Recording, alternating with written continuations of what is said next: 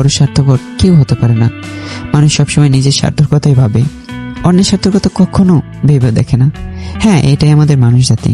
একদিন অফিস থেকে বাড়িতে এসে বসে বসে আমি, তৃণা, পুষ্প ও তানা দুষ্টুমি করছি। আম্মু রান্না করছে। এমন সময় একটা কল আসে আমার ফোনে, যেটা দেখে খুব অবাক হয়ে গেলাম। অভিমানগুলো মনের মধ্যে আবার নড়ে উঠল। ফোনটা আসায় খুব বেশি অবাক হলাম, আর বুঝতে পারলাম এতদিনে তাদের ভুল ভাঙলো। এবার হয়তো আমাকে বলবে ফিরে যেতে। কিন্তু কলটা রিসিভ করার পর যা শুনলাম, তা শুনে মুহূর্তের মধ্যে পাহাড় সমান অভিমান পানিতে পরিণত হলো। কারণ ফোনটা রিসিভ করার পর ভাইয়া বলল, তুই যেখানে থাকিস না কেন, তাড়াতাড়ি বাড়ি ফিরে আয়, বাবা হার্ট অ্যাটাক করেছে। কি বলবো তখন? মুহূর্তের মধ্যে আমার দুনিয়াদারি অন্ধকার হয়ে গেল। আমি কাউকে কিছু না বলেই দিলাম দূর। একদূর আমি বাইরে চলে এলাম। আমার হঠাৎ এরকম দৌড়ানি দেখে বাড়ির সবাই অনেক অবাক, বিশেষ করে তানহা। সে পিছন থেকে অনেকবার ডাকও দিয়েছে, কিন্তু আমি তার ডাক না শুনে সোজা বাড়ির বাইরে চলে এলাম। বাড়িতে এসে গাড়িতে উঠে গাড়ি টান দিলাম। উদ্দেশ্য এখন বাড়িতে ফিরে যাওয়া। এমন সময় দেখি পকেটে থাকা ফোনটা বাজছে। এখন সেদিকে দেখার সুযোগ নেই আমার সুযোগ শুধু একটাই, সামনের দিকে তাকে গাড়িটা চালানো। আমি তাই করছি। কখন বাড়িতে পৌঁছাতে পারবো সেই টেনশনে আছি। কোনো কথা না বলে শুধু গাড়ি চালাচ্ছি। কতকে ভেবেছি কাউকে ক্ষমা করব না, কিন্তু এখন আমার পাহাড় সমান অভিমান কোথায় গেল সেটাই বুঝতে পারছি না। ভেবেছিলাম যোগ্য সময়ে যোগ্য উত্তর দেব, কিন্তু যোগ্য সময় ঠিকই পেয়েছি। আফসোস, যোগ্য উত্তর দেওয়ার ভাষা আমার কাছে নেই। ভেবেছিলাম মা, বাবা, ভাইয়া, ইভা, রোজা কাউকে ক্ষমা করব না। তারা মারা গেলেও আমার কোনো আফসোস হবে না। কিন্তু এখন আমার একটাই লক্ষ্য, বাবাকে বাঁচানো। হয়তো পৃথিবীর সব সন্তানরাই এমন। বাবার উপর হাজারো রাগ অভিমান থাকলেও বাবার অসুস্থতার কথা শুনে অভিমান নিয়ে কখনো বসে থাকতে পারবে না। তাই হয়তো আমিও পারছি না। বাবা এমন একটা বৃক্ষ যে হারিয়েছে সেই শুধু বুঝতে পারছে, আর আজ আমি হারানোর অবস্থায় আছি। কলিজাটা যেন চিরে চৌচির হয়ে যাচ্ছে। এখন শুধু একটা ইচ্ছে, বাবাকে বাঁচানো, বাবার সাথে একবার কথা বলা। গাড়ি চালাচ্ছি আর এগুলো ভাবছি। কখন যে 2 ঘন্টা পার হয়ে গেছে বুঝতে পারিনি। ফোনটা বের করে দেখি বাড়িতে থেকে তানহা আর আম্মু প্রায় 500 প্লাস মিসড কল দিয়েছে। তাই আর দেরি না করে তানহাকে ফোন দিয়ে বলে দিয়েছি বাড়ি যাচ্ছি, বাবার অসুখ। তানহা কিছু বলল না। আমি গাড়িটা আবার নিজের মতো করে চালিয়ে যাচ্ছি। কিছুক্ষণ পর দিকে ভাইয়া কল করেছে। সাথে সাথে বুকের পাশে ধুম করে একটা বাড়ি মারলো। হাত কাঁপছে, ফোনটা রিসিভ করতে পারছে না। খুব ভয় হচ্ছে, ভাই আবার উল্টোপাল্টা কোনো কিছু বলবে না তো। তবুও ভয় সংকোচ কাটিয়ে ফোনটা রিসিভ করলাম। ভাইয়া জিজ্ঞেস করলো, আর কতক্ষণ লাগবে? 1-1.5 ঘন্টার মতো লাগবে। ভাইয়া বললো তাড়াতাড়ি করে আসার জন্য। আমি কোনো কথা না বলে কলটা কেটে দিলাম। ভাইয়ের কথাটা আমার কেমন যেন অন্যরকম মনে হলো। তবুও কোনো কিছু না ভেবে গাড়ি আরো জোরে টান দিয়ে আধা ঘন্টার মধ্যে বাড়িতে পৌঁছে গেলাম। বাড়িটা কেমন যেন ছমছমে মনে হচ্ছে। হয়তো বাবার অসুস্থতার কারণে, নয়তো আগের থেকে বাড়ির পরিবেশটা বদলে গেছে মনে হয়। আমি কিছু না ভেবেই বাড়িতে পাড়া দিলাম। বাড়িতে ঢুকতে দেখি ঘরের দরজা খোলা। আমি কাউকে না ডাক দিয়ে ভিতরে ঢুকে দেখি সবাই খাবার টেবিলে বসে আছে, সবাই খাবার খাচ্ছে। তাহলে কি ভাইয়া আমাকে মিথ্যে বলেছে? বাড়িতে ঢোকার পর আমি বাড়ির এক কোণে দাঁড়িয়ে পড়লাম, যেন আমাকে কেউ না দেখে। আমি আমার জায়গা থেকে সবাইকে দেখছি। খাওয়ার এক পর্যায়ে বাবা ভাইয়াকে বলে উঠলো, মুন্না, আসতে কতক্ষণ লাগবে? তাদের এইসব দেখে মুহূর্তের মধ্যে অভিমানগুলো ঘৃণায় পরিণত হলো। এখন ইচ্ছে করছে এদের ঘরের ভিতর আটকে রেখে বাহিরে আগুন দিয়ে দিই। তাও শান্ত মতো এক কোণে দাঁড়িয়ে আছি। এমন সময় আব্বু ভাইয়াকে বলল, শোন, আমরা যে প্ল্যান করে রোজা মামুনির সাথে মুন্নাকে বিয়ে দেওয়ার প্ল্যান করতেছি, সেটা যেন সে কোনোভাবে জানতে না পারে। দেখি ভাই আমাকে কল দেওয়ার জন্য ফোন বাহির করছে। এমন সময় আমি আস্তে করে ঘরের বাইরে চলে আসলাম। ভাইয়া কল দিয়ে বলল, মুন্না, তুই কতটুকু এসেছিস? দেখো ভাইয়া, বাবা মারা গেলেও আমার কিছু যায় আসে না। সো আমাকে এই ব্যাপার নিয়ে আর কখনো কল দিও না। মানে কি বলতেছিস তুই? তুই না আরো আধা ঘন্টা আগে আমাকে বললি তুই আসতেছিস। হ্যাঁ বলেছিলাম, বাট এখন আর আসবো না। ওই বাড়ি কেউ মারা গেলেও আমার কিচ্ছু যায় আসে না। সো আমাকে আর কেউ যেন কল না দেয়। কেন? কিন্তু সমস্যাটা কি এই বাড়িতে আসলে? দেখ, তোর এতক্ষণ সুন্দরভাবে বলেছিলাম, শুনিস নাই। আর কখনো কল দিবে না। ভালো থাকিস, আল্লাহ হাফেজ। এই কথা বলে আমি কলটা কেটে দিয়ে আবার ঘরে ঢুকে সবাইকে প্রমাণের ভিডিওটা সেন্ড করে দিলাম। ভিডিও সেন্ড হওয়ার আগে ভাইয়া বাবার কিছু কথোপকথন। কি বললো ও? কত দূরে আছে? বাবা ও বলেছে বাবা মারা গেলেও আমার কিছু যায় আসে না। সো আমাকে এই ব্যাপার নিয়ে আর কখনো কল দিও না। মানেটা কি? ভাইয়া কিছু বলার আগে সবার ফোনে একত্রে একটা নোটিফিকেশন আসে। তাই সবাই একটু অবাক হয়।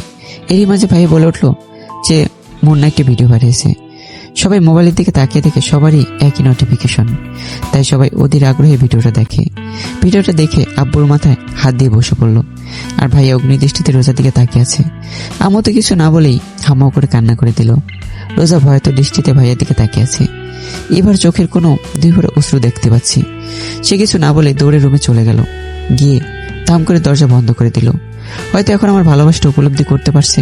ভাইয়া কিছু না বলে সোজা রোজার কাছে গিয়ে কষে 2টা থাপ্পড় মারলো। রোজা কিছু না বলে চুপচাপ দাঁড়িয়ে আছে। রোজা এক নাগারে চোখের জল ফেলছে।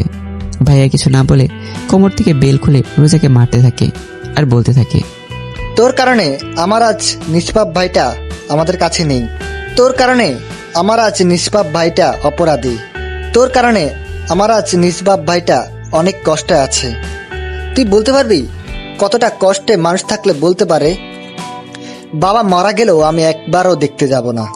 আর শুধু তোর কারণে আমি আমার বউকে বলেছি আমার ভাইয়ের চরিত্র খারাপ, যেন মুন্নার সামনে কখনো না যায়। শুধু তোর কারণে, শুধু তোর কারণে। এসব বলতে বলতে ভাইয়া কান্না করতে করতে বসে পড়ে আর পাগলের মতো কান্না করতেই থাকে। রোজাকে এতক্ষণ ভাইয়া মারলেও সে এক জায়গাতে দাঁড়িয়ে কান্না করছে। বেল্টের মারের আঘাতে তার শরীরে কিছু অংশ চিলে রক্ত পড়ছে। রোজা যেন তা বলতে পারছে না, হয়তো আর কিছু বলা থাকলেও পারছে না। আর না হলে হয়তো এতদিন আমি কিরকম কষ্টে ছিলাম তা একটু উপলব্ধি করতে পেরেছে। তাই সে বসে বসে কান্না করছে। এদের কান্না দেখে যে কারোরই সব অভিমান পানি হয়ে যাবে, আর আমার আরো হাসি পাচ্ছে। আমি তো এটাই চেয়েছিলাম যে এরা কিছুটা কষ্ট পাক। পুরো বাড়ি এখন নিস্তব্ধতায় ভরপুর, কারো মুখে কোনো কথা নেই, শুধু আসে নিস্তব্ধতা। পুরো বাড়িতে নীরবতা বিরাজ করছে, আর আমার ঠোঁটের এক কোণে একটা মুচকি হাসি রেখা ফুটে উঠেছে। এতদিনে বুকের ভিতর অনেকটা হালকা অনুভব করতে পারছি। এতদিনের কষ্টটা অনেক কমেছে। কিছুক্ষণের মধ্যে বাড়িতে একটা গাড়ির আওয়াজ পেলাম। সবাই শুনেও না শোনার মতো করে আছে। আমি আরো আড়াল হয়ে গেলাম, যেন ভিতরে ঢুকলে কেউ আমাকে দেখতে না পায়। কিছুক্ষণ পরে যারা ঢুকলো তাদের দেখে অবাকের চরম সীমানায় পৌঁছে গেলাম, কারণ ঘরে ত্রিনা, আম্মু, তানহা ও পুষ্প ঢুকে। আমি অবাকের চরম লেভেলে পৌঁছে গেলাম। তাদেরকে দেখে ভাইয়ারা অবাক হয়। আমাকে এবার সবার সামনে যেতেই হবে, সেটা নিশ্চিত। তবু আমি আড়ালে দাঁড়িয়ে আছি। ওদের ঢুকতে দেখে ভাইয়া বলল, কে আপনারা? ঠিক চিনতে পারলাম না। আসলে ভাইয়া আমি মুন্নার বউ। মুন্না কোথায়? আর আপনারা কান্না করতেছেন কেন? মুন্নার বউ মানে? আর তোমরা বিয়ে কবে করেছ? জি ভাইয়া, আমরা বিয়ে করেছি, 4 বছর হয়ে গেল। আর এ হচ্ছে পুষ্প, আমাদের মেয়ে। ভাইয়ার কিছু না বলে পুষ্পকে কোলে নিয়ে জড়িয়ে ধরে কান্না করতে থাকে। তা দেখে তানহা একটু ঘাবড়ে যায়। কি হয়েছে ভাইয়া? মুন্না কোথায়? মা, মুন্না তো এখানে আসেনি। আসেনি মানে? মুন্নার গাড়ি তো বাড়ির বাইরে দাঁড়িয়ে আছে। মানে মুন্না তো ফোন দিয়ে বলল সে আসবে না। না বাবা, সে এসেছে, দাঁড়ান আমি ফোন দিচ্ছি তাকে। আচ্ছা মা, দাও। তানহা ফোন দেওয়ার আগেই আমি বের হয়ে আসি আর বললাম, কাউকে ফোন দেওয়ার দরকার হবে না। আমি বের হয়ে আসাতে ঝড়ের গতিতে রোজা এসে আমার পায়ে পড়ে যায়। পায়ে পড়ে কি যে কান্না, সেটা বলার মতো ভাষা নেই। সে পা ধরে কান্না করতে করতে আমার কাছে অনেক ক্ষমা চায়, কিন্তু আমি তো ক্ষমা করার পাত্র না। আব্বুর ভাই এসে আমাকে জড়িয়ে ধরবে, এমন সময় আমি পিছনে যাই আর বলি, প্লিজ কে আমাকে ধরবেন না, আপনাদেরকে ঠিক চিনতে পারলাম না। এগুলো বলিস না বাবা, আমাদের ক্ষমা করে দে প্লিজ। আমরা অনেক বড় ভুল করে ফেলেছি তোর সাথে। আপনারা কে? আপনাদের ঠিক চিনতে পারলাম না। আমি তো আপনাদেরকে চিনি না, ভুল কিভাবে করলেন? প্লিজ এসব বলে আমাদেরকে আর কষ্টটা বাড়িয়ে দিস না। কষ্ট কাকে বলছো? এটা তোমাদের কষ্ট, আর আমারটা কি? দিনের পর দিন আমি যে অত্যাচার সহ্য করেছি সেগুলো তোমাদের, এগুলোকে যদি কষ্ট বলে মনে হয়, তাহলে আমাকে যে মোটা রড দিয়ে মেরেছ সেগুলোকে কি বলবা? প্রত্যেকটা রডের আঘাত যে কতটা যন্ত্রণাদায়ক একমাত্র আমি জানি। মোটা রোলারের বাড়িটা যন্ত্রণায় আমি জানি। প্রত্যেকটা বাড়ির আঘাত শরীরের চেয়ে মনে গিয়ে বেশি আঘাত করেছে। আরো কষ্ট তো আমার তখনই হয়েছে যখন কেউ আমার সাথে কথা বলতো না। সবাই এক টেবিলে বসে খেতে, আর আমি দূর থেকে দাঁড়িয়ে দেখতাম তোমাদের। আসলে আমার কপালটাই কেন এমন? কেন যে তোমার মতো কপাল পেলাম না? আমি যখন টেবিলে খেতে বসতাম তখন তোমরা উঠে যেতে, অথচ একটা সময় তোমরাই আমাকে ছাড়া খেতে না। আম্মু যখন তোমাকে খাইয়ে দিত তখন খুব ইচ্ছে হতো তোমার মতো আমি আম্মুর হাতে খাবো। জানো, সেদিন আব্বুর হাতে মিথ্যা অপবাদের জন্য সর্বপ্রথম মার খেয়েছিলাম। সেদিনের পর আমি বিছানা থেকে উঠতে পারছিলাম না। আব্বুকে বললাম একটু সাহায্য করতে, কিন্তু আব্বু উল্টো বলল, তুই গিয়ে মর, আমার কিছু যায় আসে না। সেদিন থেকে বাঁচার ইচ্ছা চলে গেছে। এরপরেও বেঁচেছিলাম কারণ আত্মহত্যা মহাপাপ, না হলে সেই কবে মরে যেতাম। আরো কষ্ট কখন হয়েছে জানো ভাইয়া, যখন আমার ভালোবাসার মানুষটি আমাকে ভুল বুঝলো, আমার বিপদের দিন এসেও আমাকে একা ফেলে রেখে চলে গেল। এরপরে এত কষ্ট পাইনি। কষ্ট পেয়েছি কখন জানো, যখন জানতে পেরেছি ও তোমাকে বিয়ে করছে।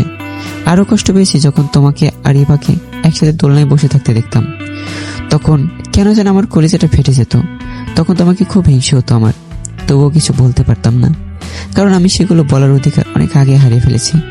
আর অনেক কষ্ট আছে যেগুলো মনে করে আবার কষ্ট পেতে চাই না। আর তোমরা বলছো তোমরা কষ্ট পাচ্ছ, আমার তুলনায় তোমাদের কষ্টই পাওয়া না। আমার বিপদের দিনে কে আমার পাশে ছিল জানো? এখন যাকে আমার পাশে দেখছো তানহা, সেই তানহাই আমার বিপদের দিনে সঙ্গী ছিল। আর তোমাদের মতো মা বাবা আমার দরকার নেই। আমি এখন একটা মাও পেয়েছি, একটা বোনও পেয়েছি। এই দেখো, আম্মু আর ত্রিনার দিকে ইশারা করে দেখালাম। তোমরা তোমাদের মতোই থাকো, আমাকে মনে করো না। মনে করবে মোনা নামক কারো ছেলে, কারো ভাই মারা গেছে। আল্লাহ হাফেজ। তানহা চলো। একটাবার ভেবে দেখো, ওনারা কিন্তু ওনাদের ভুলের জন্য অনুতপ্ত। হ্যাঁ বাবা, একবার ভেবে দেখ।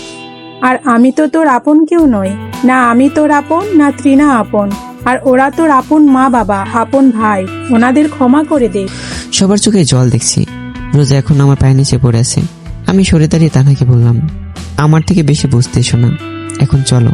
আমার এইভাবে কথা বলায় তানহা বেশ ভয় পেয়ে যায়, তাই তারা আমার সাথে চলে আসতে যাবে।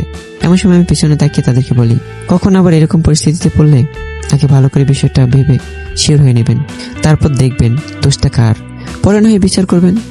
আর মোনা নামক কেউ ছিল সেটা ভুলে যাবেন। আল্লাহ হাফেজ। এ বলে চলে আসলাম। আর এভাবেই আরেকটা গল্পের সমাপ্তি ঘটলো। তো বন্ধুরা, গল্পটা এখানে শেষ করলাম। এবার কিন্তু কেউ বলবেন না যে মিল করে দিলাম না কেন। আসলে আমি কিন্তু এর আগে বলেছি, আবারও বলছি, সব গল্পে কিন্তু মিল থাকতে হবে এমন কিন্তু কোনো কথা নেই। হ্যাঁ, ভাবেন যে এটা একটা সত্যিকারের ঘটনা, এরপরে মিল হয়ে যাবে এক সময়, এখনই হতে হবে তা এমন তো কোনো কথা নাই, তাই না? কারণ মুন্নার এখন অনেক অভিমান জমা। এই অভিমানটা হয়তো কিছুদিন পর থাকবে না, অবশ্যই সে তার পরিবারের কাছে ফিরে যাবে। আর ভুলটা মানুষ করেই, আর সে ভুলটা মানুষই শুধরে নেয়। আর ভুল শুধরানো মানুষের দায়িত্ব। এই বলে গল্পটা এখানে শেষ করছি। সবাই ভালো থাকবেন, সুস্থ থাকবেন। আর পরবর্তী গল্পের জন্য অবশ্যই তৈরি থাকবেন।